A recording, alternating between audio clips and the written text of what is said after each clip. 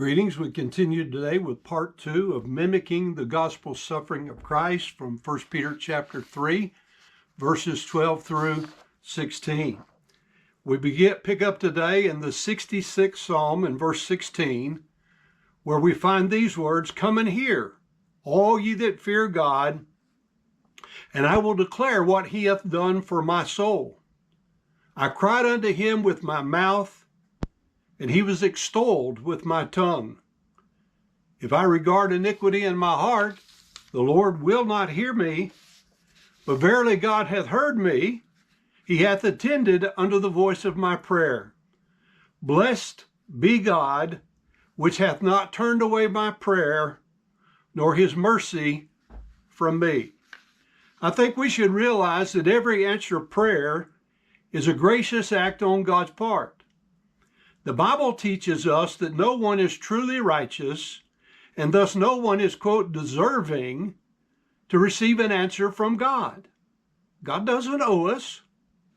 Nehemiah 9:27 says it this way, "Therefore thou deliverest them into the hands of their enemies who vex them, and in the time of their trouble, when they cried unto thee, thou heardest them from heaven, and according to thy manifold mercies, thou gavest them saviors, deliverers, judges, who saved them out of the hand of their enemies." Again in the book of Daniel, chapter 9, beginning at verse 17.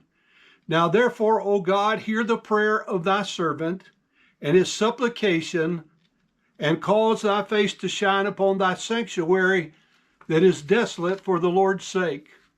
O my God, incline thine ear and hear, open thine eyes, and behold our desolations, and the city which is called by thy name." Listen to what he says now. "For we do not present our supplications before thee for our righteousnesses, but for thy great mercies. O Lord, hear. O Lord, forgive. O Lord, hearken and do. Defer not. For thine own sake, O my God, for thy city and thy people are called by thy name." Book of Proverbs, chapter 1, verse 28, it says, "Then shall they call upon me, but I will not answer. They shall seek me early, but they shall not find me." Proverbs 15, verse 29, "The Lord is far from the wicked, but he heareth the prayer of the righteous." Psalm 10, verse 1, "Why standest thou far off, O Lord? Why hidest thyself in times of trouble?" Proverbs 28:9, "He turneth away his ear from hearing the law. He that does that," he says, "even his prayer shall be abomination." And finally, we go to Jeremiah chapter 11 today, verses 10 through 12. "They are turned back to the iniquities of their forefathers, which refused to hear my words. And they went after other gods to serve them, idols. The house of Israel and the house of Judah have broken my covenant which I made with their fathers. Therefore thus saith the Lord, Behold, I will bring evil upon them, which they shall not be able to escape. And though they shall cry unto me, I will not hearken unto them.